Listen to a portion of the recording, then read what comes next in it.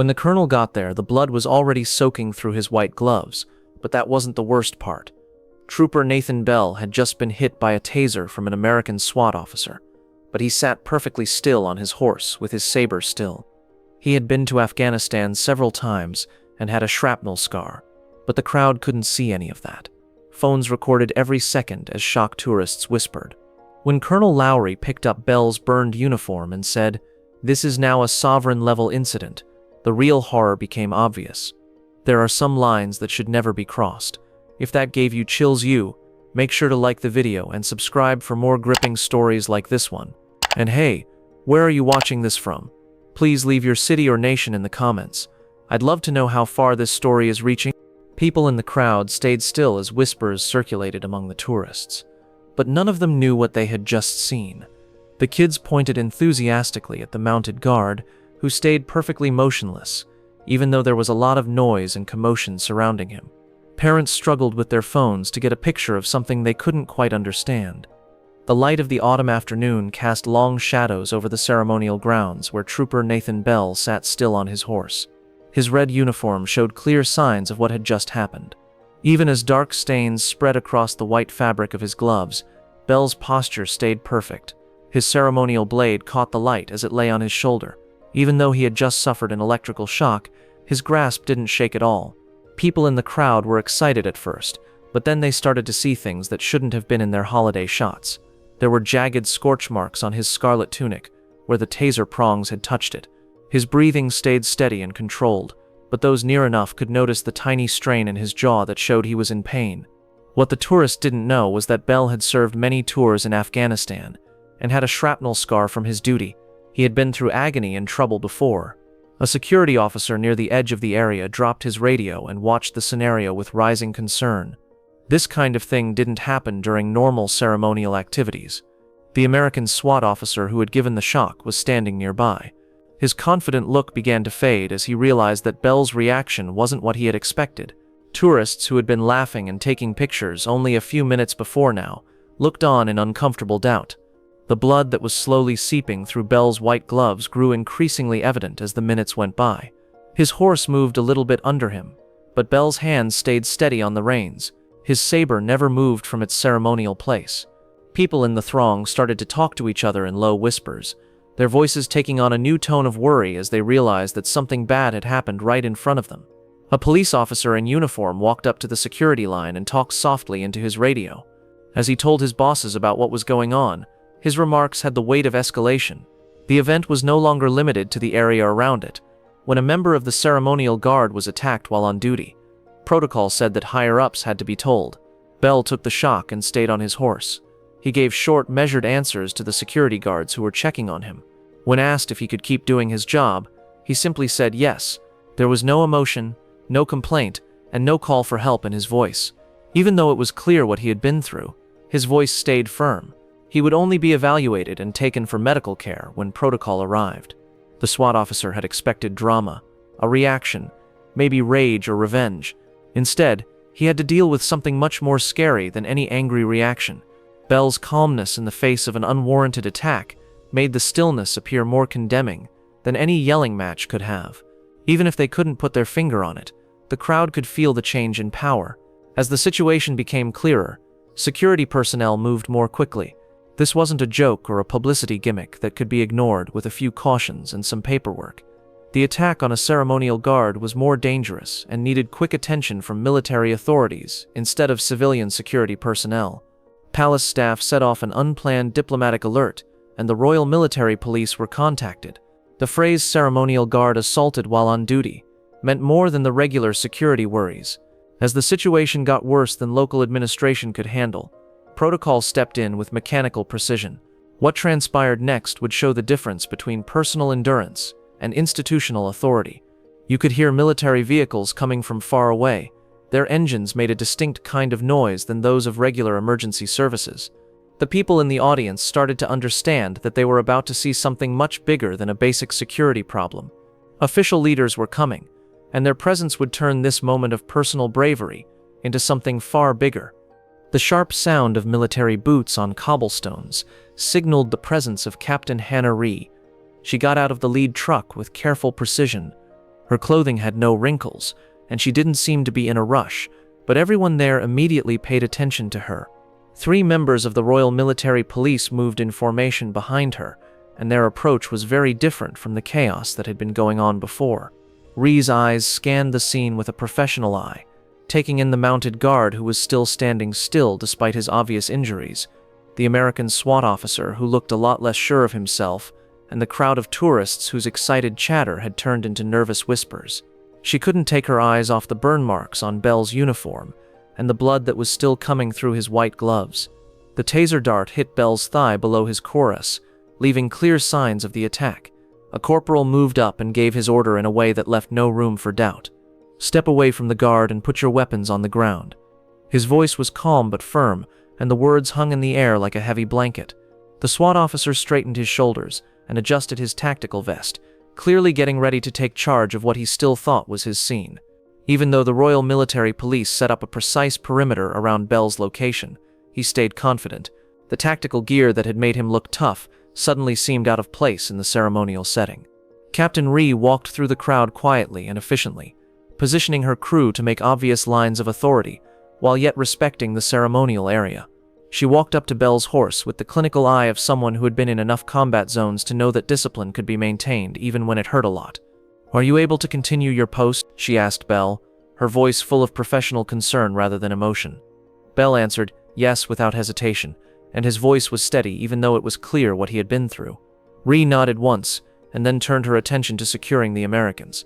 Her team showed how following the rules may keep things in order without making things worse.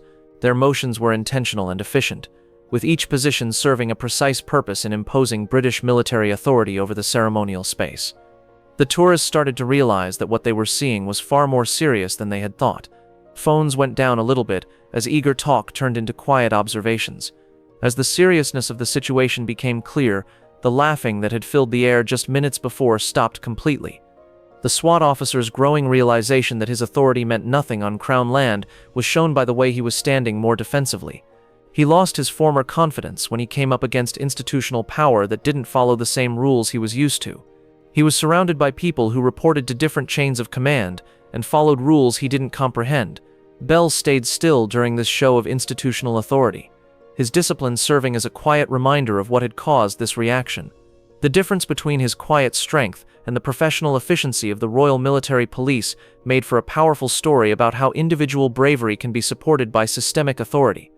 Rhee's calm presence changed the balance of power from chaos to order in ways that were both subtle and clear. Her way of doing things showed how appropriate military bearing might bring order to a situation without using too much force or making big gestures. When British military authority took back control of the ceremonial space, there was no confrontation, it was just the fact that legitimate institutional power had arrived. The sound of another vehicle approaching, this one with insignia that commanded even more respect, announced that a higher level of authority was about to arrive. The engine's unique sound had a different kind of weight, hinting that what had previously been a big deal was going to become something far bigger. Colonel James Lowry stepped out of the automobile with careful steps that showed the weight of decades of duty. His clothing showed that he was a senior officer, and he moved slowly but with purpose, showing that he was sure of himself after years of making important judgments. Lowry didn't waste time with crowd control or setting boundaries like the people who came before him.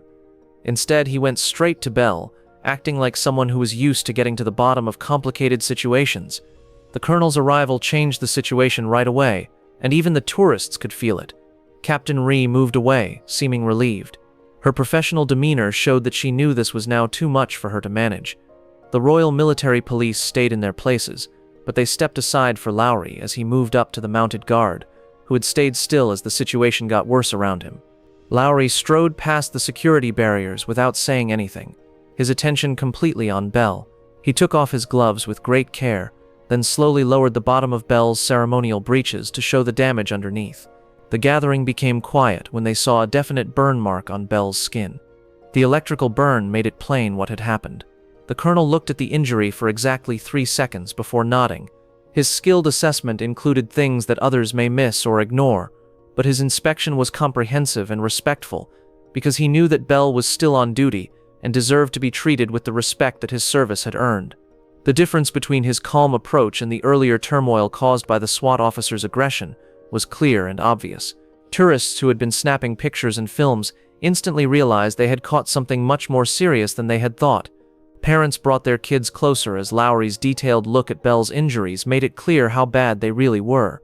The happy mood that had been around the ceremonial grounds earlier turned into an uncomfortable feeling that they were seeing the aftermath of something that should never have happened. The colonel's inspection showed how true authority worked through competence instead of fear. His calm professionalism was very different from the violent shows of force that had happened at the beginning of the episode. Bell stayed completely still during the whole test, and his discipline helped Lowry finish without any problems or complaints. As he prepared to make his announcement, Lowry stepped back and looked over the situation with all the power of his institutional authority.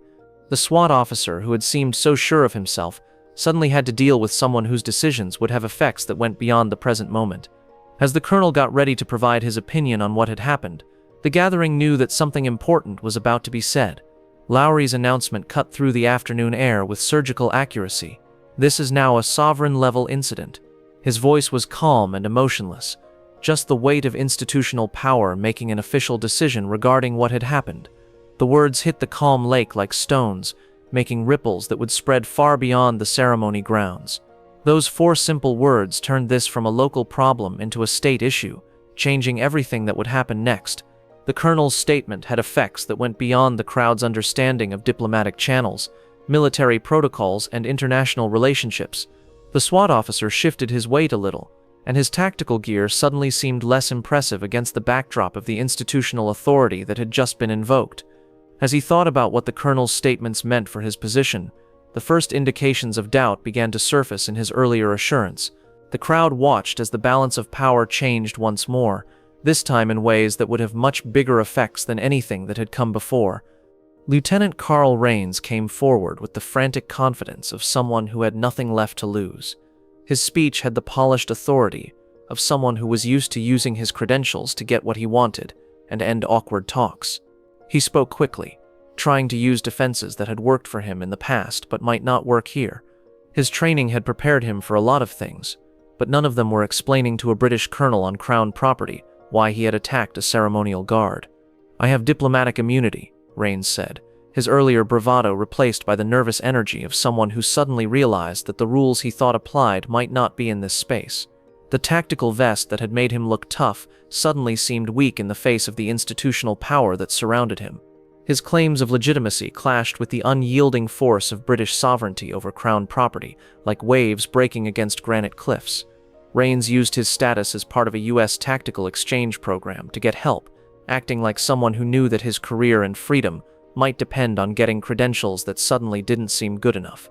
He sounded panicked when he said that the authorities would have to call Washington to confirm his authenticity and clear up what he called a diplomatic misunderstanding. The confidence that had made him attack a ceremonial guard turned into the frantic energy of someone who knew he had made a mistake. The lieutenant's desperate attempts to downplay the incident showed how quickly confidence could turn into damage control when faced with the consequences. He spoke in cautious wording that made his actions seem like misunderstandings instead than planned attacks. The military jargon that had worked well for him in after-action reports now seemed empty next to the visible proof of Bell's injuries and the silent proof of the mounted guard's continued discipline. A corporal walked forward with calm authority. "Sir, please give us your weapons." The request was not aggressive, it was just the weight of following the rules with professional accuracy. Rains hesitated, and his hand moved for his tactical gear without thinking. But then he gave in. Tags were put on each object, they were put in order, and they were taken away in a way that showed how following the rules could keep everything in order without drama. The crowd watched in uncomfortable fascination as Rains's power was systematically taken apart. As the issue got out of hand in ways he hadn't expected, his prior attitude changed completely. When he shocked an apparently helpless target, he felt like he had the upper hand. Now, facing institutional authority that operated by different rules, Colonel Lowry's response cut through diplomatic pretenses with surgical precision that left no room for interpretation or negotiation. He had dealt with people who thought they had the right to do whatever they wanted for years, so he was ready for this kind of situation. As the colonel got ready to give an assessment that would strip away the protective layers Rains had built around his actions, his voice carried the weight of institutional judgment. "Your diplomatic status is irrelevant here," Lowry said, sounding like someone who knew the difference between real authority and empty posturing. His comments had no feeling, they were just the heavy weight of reality given to someone who had confused credentials with character. The declaration took away all of Raines's defenses and reasons for doing what he did, leaving him open to the consequences of his actions without the protection of immunity that he thought would keep him safe. The lieutenant's world fell apart in real time as the crowd saw power without accountability meet true authority based on service and sacrifice. His urgent arguments became less important when the institutional dignity that had come to restore order to the ceremonial grounds responded in a methodical way. The sound of vehicles coming from a distance was different from the military trucks that had come earlier. These engines proceeded with careful slowness, and the way they came made it seem like an even higher level of authority was about to show up. 5 motorcycle outriders came first along the ceremonial approach, followed by 2 maroon Rolls-Royce limousines that moved slowly and carefully. As they got closer to the gates, the light from the autumn afternoon shone off their glossy surfaces. Bell stayed at his station even though he was hurt. There were no flashing lights or loud horns that told people to pay attention right away. The cars just appeared with the calm authority that comes from knowing how true power works when it wants to be known. The royal convoy's arrival was a visual contrast to the tumult that had erupted earlier surrounding the ceremonial grounds. Lieutenant Raines had brought tactical aggression and dramatic confrontation, but the royal cars offered calmness and institutional decorum. Their attitude showed how controlled power acts when presented with issues that need careful treatment instead of an explosive response. The convoy's long wait at the ceremonial gates was a test of institutional resolve. The lead vehicle came to a complete stop at the right spot and stayed there without showing any signs of frustration or rush. No officials came out to ask for explanations or action right away. The cars just sat there waiting with the type of patience that shows they were sure of the outcome. The pressure was much stronger than any aggressive demand could have made it. The vehicle's complete lack of urgency made the pressure around the situation feel almost like a meditation. There were no sirens to let people know how important the people inside were, and no flashing lights to get the crowd's attention right away. The stillness of the convoy was more powerful than any show of power could have been. Their quiet presence suggested that those inside were confident because they knew that time was on their side. Tourists and onlookers began to realize that they were witnessing a strategic display of royal dignity that followed rules that were very different from what they had seen before. As the people in the cars drove by, the whispers in the crowd took on new tones of respect and appreciation. They knew that the people in the cars were important because they were there. Phones kept recording, but the exciting comments turned into quiet reflections about seeing history happen in real time. The royals' quiet observation from their cars showed that true power often comes from timing and restraint rather than acting right away. By choosing to stay there but not become involved, they communicated messages that went much deeper than anything they could have spoken in public. The people in the convoy knew that just being there changed the situation from a local issue to one that affected everyone involved. This measured response was significantly different from the prior displays of force and anger. Raines chose to fight and make a scene, but the royal reaction stressed being patient and respectful. The way the convoy approached showed how institutional authority could use restraint to put pressure on people instead of showing power that could make things worse. The convoy's refusal to get involved became a masterclass in putting pressure on people through principled waiting that let things happen according to the right rules. They chose to watch instead of getting involved, which showed that they trusted the military and police who were already dealing with the crisis. The presence of the royal family raised the stakes without adding any complications that could have slowed down the professional response that was already in progress. Colonel Lowry and his team continued their work, knowing that people whose judgment would have a much bigger impact than the immediate consequences for Lieutenant Raines were watching. The convoy's silent vigil made everyone responsible, all the way up to the highest levels of British institutional authority. Everyone there understood that the palace's response plan involved showing strength through disciplined restraint instead of dramatic confrontation. Their method showed how real institutional authority keeps its standards without losing its dignity by showing unnecessary force or emotion.